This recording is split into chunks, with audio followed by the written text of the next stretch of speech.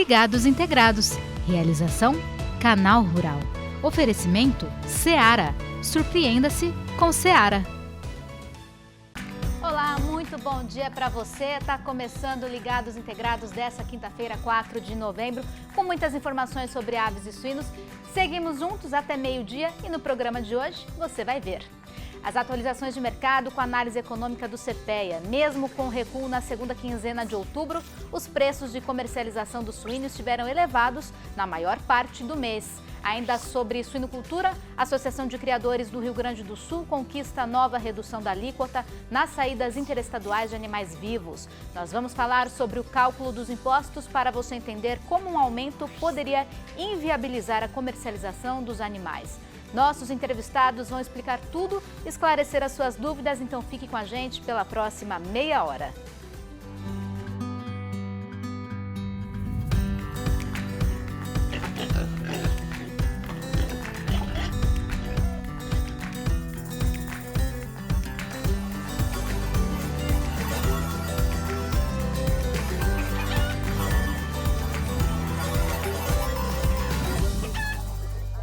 Foram inauguradas agora há pouco as obras de ampliação dos novos galpões de alojamento de reprodutores suínos na estação quarentenária de Cananéia, a EQC.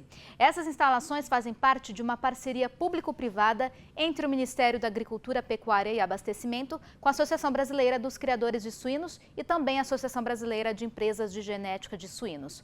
O objetivo é manter a suinocultura brasileira geneticamente atualizada, ao mesmo tempo em que preservam o alto status sanitário do rebanho nacional. Como o próprio nome diz, a estação quarentenária recebe e mantém em quarentena os animais importados para fins de reprodução. Ela foi reformada pela primeira vez em 2017 e ampliada ainda em 2019 por conta do aumento da demanda das empresas de genética para importações e também pela entrada de novas empresas no mercado brasileiro. Cananéia, para quem não conhece, é uma ilha localizada no litoral do estado de São Paulo. Muito bonita, por sinal. E, aliás, a gente vai falar sobre essa quarentena dos animais importados pelos próximos programas aí. E o ICMS é o Imposto sobre Circulação de Mercadorias e Prestação de Serviços de Transporte Interestadual e Intermunicipal e de Comunicação. É um tributo estadual, então é definido pelos estados e é um dos principais impostos pagos por donos de negócios quando um produto ou serviço circula entre estados ou cidades e também entre vendedores e clientes. Até o começo desse ano, um percentual ou uma alíquota de 6% estava sendo utilizada no Rio Grande do Sul para calcular o ICMS nas saídas interestaduais de suínos vivos realizadas por produtores rurais. Mas aí mudou para 12%. Então, a Associação de Criadores do Estado reivindicou e conseguiu uma nova redução na alíquota. A gente vai conversar agora com Valdecir Luiz Folador, presidente da Associação de Criadores de Suínos do Rio Grande do Sul, que já está por aqui com a gente. Muito bom dia para você, Valdecir, seja bem-vindo. Bom dia, Júlia. Bom dia a todos que nos acompanham. É um prazer estar falando com vocês novamente. Prazer é nosso em te receber por aqui. Valdecir, vocês então reivindicaram e conseguiram que essa alíquota volte a 6%, né? Mas isso é só a partir do ano que vem e vai então estar em vigência até o final do ano que vem. Conta pra gente como é que estão sendo essas negociações aí. Bem, Júlia, na verdade nós conseguimos em 2017, através da Assembleia Legislativa do Estado, convencer o governo do Estado a nós conseguirmos mudar a lei estadual para a alíquota de 12% vir para 6%, porque nós vinhamos negociando com o governo a cada período a redução dessa base de cálculo em função das dificuldades de mercado, etc., através de decretos. Então, a partir de 2017, a Assembleia Legislativa passou essa lei, sendo que ela de 12% para 6%, mas na virada do ano de 2020, através da Lei Complementar 160 do Congresso Nacional, que é uma lei que vem regulamentar o fim da guerra fiscal entre os estados, acabou derrubando todas as leis ou decretos que vigoravam com a redução de tributação original. E isso pegou nós aqui no Rio Grande do Sul também. A partir daí nós voltamos a sentar com o Estado, com a Secretaria da Fazenda, a Secretaria da Agricultura, aonde que a gente negociou, e essa volta desse desconto de 50% sobre a tarifa de ICMS para as vendas interestaduais de suínos vivos, precisava passar pela aprovação do CONFAS.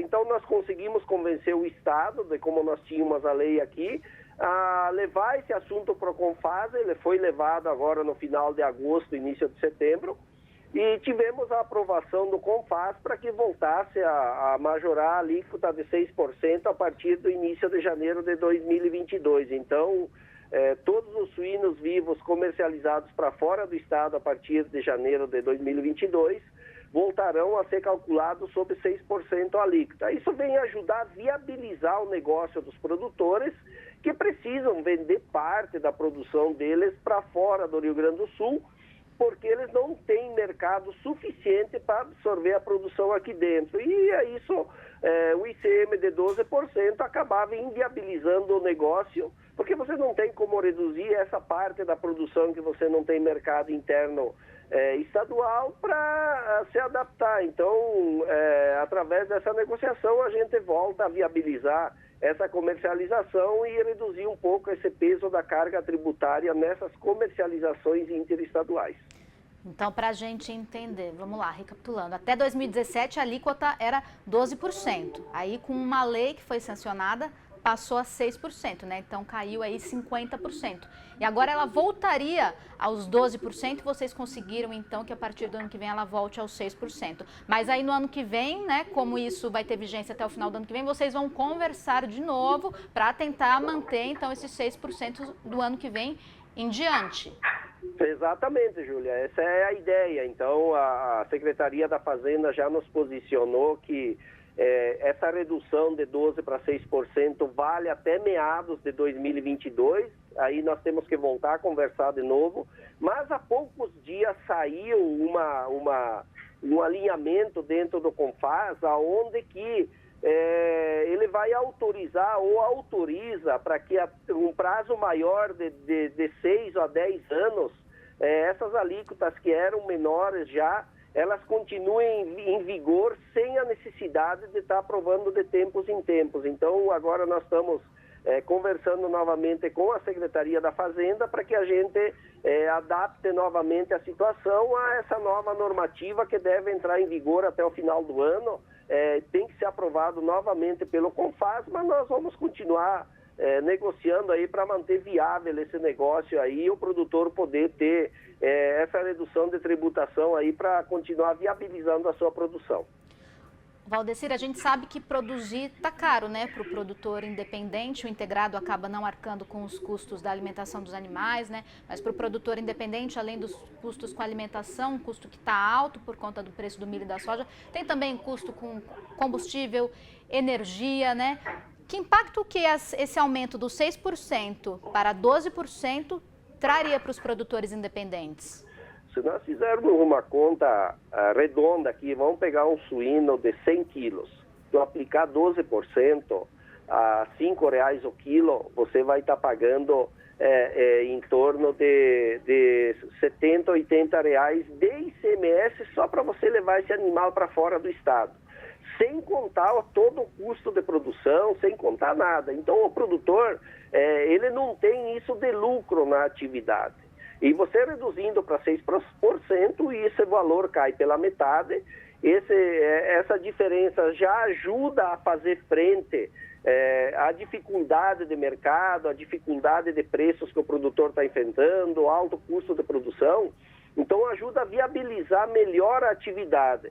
Porque se o produtor tivesse a opção de vender dentro do estado sem precisar estar transportando, pagando tributação para sair do estado, é o que o produtor quer, mas não tem. Nós não temos indústria suficiente para absorver essa parte da produção. Então isso ajuda a viabilizar um pouco esse negócio, porque dentro do todo do negócio, esse percentual ele tem uma importância muito significativa para o produtor poder viabilizar o negócio dele. Então, muitas vezes o produtor não tem de lucro o que ele paga de tributo para o Estado. E não é justo, né? O Estado ficar com um valor maior e o produtor trabalhar no prejuízo da atividade. Então o Estado entendeu isso, sabemos que tem as legislações, tem uma série de normas e regras tributárias que precisam ser trabalhadas, adequadas, enfim, e a gente tem conseguido aqui com o Estado do Rio Grande do Sul, Secretaria da Fazenda, Agricultura, Governo do Estado,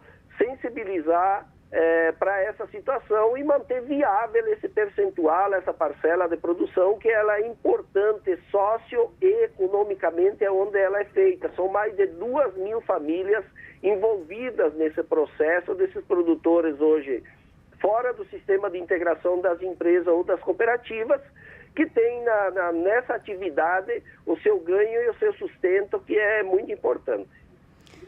Tem que continuar viabilizando a produção, até porque enquanto a produção está funcionando, está indo bem, o imposto justamente, ele volta depois para a sociedade, né? Ele é revertido depois em bens para a própria comunidade. Valdecir, muito obrigada pela sua participação, viu? Te espero aqui numa próxima. Eu que agradeço a oportunidade e um abraço a todos, sempre à disposição. Um abraço.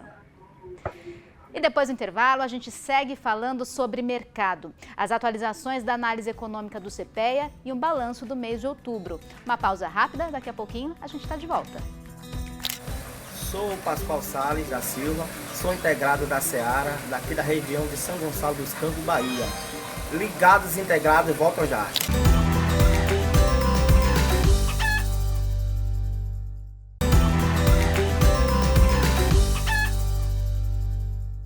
Estamos de volta e vamos seguir falando de economia. Os valores tanto do suíno vivo como da carne estiveram elevados na maior parte do mês de outubro, mesmo com quedas registradas na segunda quinzena. Mas a média do mês passado foi a maior desde abril deste ano. Vamos saber o que sustentou essa alta conversando com o Luiz Gustavo Tutui, analista de mercados do CPEA, o Centro de Estudos Avançados em Economia Aplicada da Exalc USP. Bom dia, Tutui, seja bem-vindo mais uma vez. Bom dia para todo mundo acompanhando o programa. Bom dia. Tutui, vamos falar primeiro então sobre o preço do animal vivo. O que é que motivou essa alta no preço do suíno vivo? Então o suíno vivo ele veio de uma alta muito forte no final de setembro e começo de outubro, né? A gente estava numa situação em que as exportações estavam bem elevadas, né? O mercado estava bem favorável a isso e tinha pouca oferta, de suínos mais pesados, né? Então acabou gerando essa situação em que os preços do suíno começaram a subir bastante, como eu falei, nesse final de setembro e começo de outubro. E aí depois a gente viu uma queda na segunda quinzena do mês, né? O que é que provocou essa queda depois? Exatamente. Então, depois desse momento, as condições favoráveis de mercado começaram a piorar bastante, né, em muitas regiões, principalmente nas regiões mais produtoras, né, em que essa oferta de suínos começou a aumentar, porque começou a ter certa diminuição nas compras, principalmente da carne suína, porque os valores estavam muito altos, né. Parte do setor, parte das regiões tentaram manter esses preços elevados, e foi uma estratégia que a gente observa agora que não deu muito certo, porque o pessoal começou a vender muito pouco suíno, começou a represar suíno na granja e gerou uma oferta muito grande de animal no final do mês, e aí essa oferta elevada, né, acabou pressionando muito os preços. Aí a gente teve uma queda generalizada na segunda quinzena, tanto na carne quanto do vivo, em todas as regiões que a gente acompanha, porque realmente tinha uma oferta muito maior do que a procura, né, por animais para abate. E teve algum corte que foi mais procurado em detrimento de outros? A gente tem sim umas diferenças, né, nos cortes, né, na demanda pelos cortes. A gente vê que principalmente a costela e o lombo, eles têm conseguido preços um pouco melhores em detrimento de alguns outros cortes de suíno, como o pernil, a paleta, né? E aí, pode falar, desculpa. Não, é uma questão mesmo de demanda específica pelo corte, né? O lombo a gente sabe que é um corte bem mais nobre do suíno, né? Considerado, ele é bem mais magro, então a gente acredita que a demanda, pessoas que estão com um poder aquisitivo ainda no final do mês, que ainda conseguem comprar, vão buscar esses cortes mais de valor agregado um pouco maior. Já as cotações agora falando do frango, as cotações da carne de frango recuaram. Agora eu queria que você explicasse então o que é que motivou esse recuo. Exatamente. Então, o frango ele vinha sendo bem favorecido pela demanda doméstica, né? é a carne mais em conta para a população que tem vivido um período difícil aí de poder de compra bem reduzido, né? Com gastos bem altos, que a gente sabe que a inflação está bem elevada, então o consumidor estava recorrendo à carne de frango. Mas mesmo assim, as vendas elas começaram a desaquecer assim, em outubro, principalmente na segunda quinzena novamente, né? Que é o período em que o consumidor está menos monetizado, né? Tá com poder de compra menor. Então essas vendas começaram a enfraquecer e o setor ele tem muito receio, digamos assim, de acabar gerando esse estoque elevado de carne que acaba pressionando mais para frente, né? Então, quando tem alterações de mercado, né, vendas mais enfraquecidas, a maioria dos vendedores eles reajustam rápido, né, seus preços, buscando garantir essa liquidez da carne de frango, garantir que ela continue sendo favorecida por ser a proteína mais em conta, né, e evitar essas sobras. Até pensando agora que a gente está chegando no final do ano, a gente sabe que aí começa a aumentar a competição, principalmente com outras carnes, outras aves natalinas, né, e outras carnes que são mais favorecidas no período de festas, né. Então, a procura dos supermercados, dos atacados, pela carne de frango tende a diminuir nos próximos meses, né. Então, para evitar esse aumento nos estoques, o setor tem reajustado bem rápido assim, as cotações quando tem uma alteração no mercado.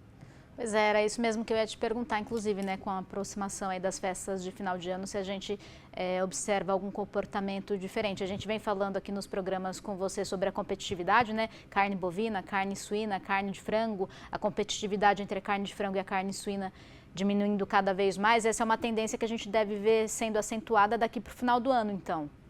Exatamente. Essa relação tende a piorar um pouco para o frango agora no final do ano, né? É o período onde, digamos assim, a carne de suína brilha realmente, né? Onde ela é bem vendida, bem procurada. A gente não está vendo tanto otimismo do setor suíno para esse momento, na verdade, mas mesmo assim, em relação à carne de frango, a gente espera sim que ela vai ter uma diminuição na procura dela e justamente tem que considerar baixar esses preços para seguir competitiva. Pensando ainda que, aproveitando que o custo de produção, ele está dando uma folga, digamos assim, nesse último mês, ainda bem elevado, né, mas longe do que estava sendo em agosto, em setembro, né? Então essa diminuição um pouco no custo de produção também permite os agentes da avicultura de corte a diminuir um pouco o preço da carne sem comprometer muito a margem, né? E a gente tem que lembrar que a gente está falando de uma queda nos preços do frango em outubro, mas em setembro foi registrado um recorde, né? Exatamente. Então é uma queda quase pontual. Não é pontual porque é uma queda intensa, mas os preços continuam em patamares bem elevados, né? Considerando aí que a gente estava num preço recorde em setembro, justamente. Os maiores da série histórica do CPEA, né? E com uma diferença bem baixa para as outras carnes, principalmente carne suína, né? Como você falou, a competitividade, uma diferença de preço bem baixa para a carne suína.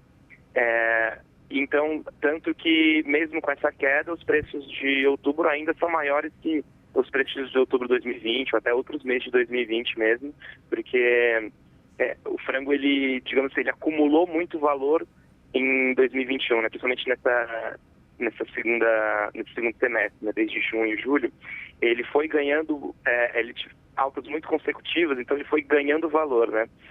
E aí, mesmo com os recuos recentes, ele segue bem elevado. Tutu, muito obrigada pelas atualizações. Até a próxima. Muito obrigado, eu que agradeço. Obrigada. Agora a gente muda de cenário, vamos direto para o campo. É hora da sua participação e hoje vamos conhecer um pouquinho do dia a dia vamos ver aqui na tela, @Doni das Pader. Vamos lá depois dar uma olhadinha nesse perfil para falar certinho o nome dela na próxima. Tá ali fazendo manejo dos suínos então, muito obrigada pela sua participação. Continuem participando, vocês já sabem, querem participar também, marque a hashtag Ligados Integrados no Instagram. Atualizações para você programar o seu manejo, é hora da previsão do tempo com a Kelly Ávila. Bom dia para você, Kelly. Olá, bom dia a todos. Vamos dar uma olhadinha na previsão aí para esses últimos dias dessa semana. A gente começa olhando o mapa, nuvens mais carregadas passando pela região central do país E aí a gente vai direto para a região sul do país, onde choveu um pouco menos, mas agora retorna a ter um pouco mais de chuva. O sol vai aparecer e vão ser pancadas de chuva, tá? No leste aqui de Santa Catarina e do Paraná o tempo fica mais firme e no interior e em boa parte do Paraná a gente tem chuva, o tempo um pouco mais fechado nos próximos dias. Aí a gente vai dar uma olhadinha aqui na região sudeste, o tempo deve abrir um pouco nos próximos dias. O tempo deve ficar um pouquinho mais firme em São Paulo e parte de Minas Gerais e Rio de Janeiro. A gente tem chuva nessas demais áreas escuras do mapa, pegando principalmente o centro-oeste. O centro-oeste o sol aparece e tem pancadas de chuva. Onde chove um pouco mais? Em Mato Grosso do Sul. E olha só, lá na Bahia, nessa mancha mais escura aqui, onde a gente deve ter um pouco mais de chuva nos próximos dias. Aí a gente vai dar uma olhadinha aqui, ó, no sudeste, como eu disse, o tempo fica um pouco mais firme em boa parte de São Paulo, Minas Gerais, Rio de Janeiro e Espírito Santo também. Aí vamos dar uma olhadinha como é que fica o próximo período de chuva. Olha aí como volta a chover, principalmente em Santa Catarina, volumes de até 70 milímetros e também no norte ali do estado do Rio Grande do Sul. Paraná 30 milímetros, São Paulo o tempo fica mais firme e a gente tem chuva aqui nesta área mais escura do mapa, que pega principalmente Goiás e a Bahia ali com chuvas um pouco mais significativas. Aí eu trouxe aqui um mapa de anomalia de chuva em novembro, dezembro e janeiro. Nessa mancha verde aí do mapa é onde a gente vai ter chuva dentro da média e talvez até um pouquinho a mais, tá? Para esse período. Já nas manchas em amarelo é onde a gente vai ter chuva abaixo da média, região sul, que ali é, e por conta muito do Laninha, a gente vai ter chuva abaixo da média. Já no Paraná, São Paulo, ali vai estar estável aqui, né? Chuvas aqui também o que é esperado. Aqui vai começar a chover um pouco mais ali na região nordeste, mas não neste período, novembro, dezembro, janeiro, com chuva mais nesta área que pega a região norte, central e parte ali da Bahia e do sudeste. Aí eu trouxe o mapa aqui para a gente dar uma olhadinha mais uma vez como essas nuvens carregadas estão passando aqui pela região sudeste e é por isso que a gente vai ter um pouco mais de chuva na região central e chegando ali a Bahia também. Sudeste desce a chuva, mas ela fica mais ali em Minas Gerais. Amanhã eu volto com mais informações, a gente se vê. Tchau, até amanhã. Obrigada, Kelly, até amanhã. Muito obrigada pela sua companhia, eu espero que você tenha gostado do programa de hoje. Amanhã eu te espero com mais informações. Até amanhã.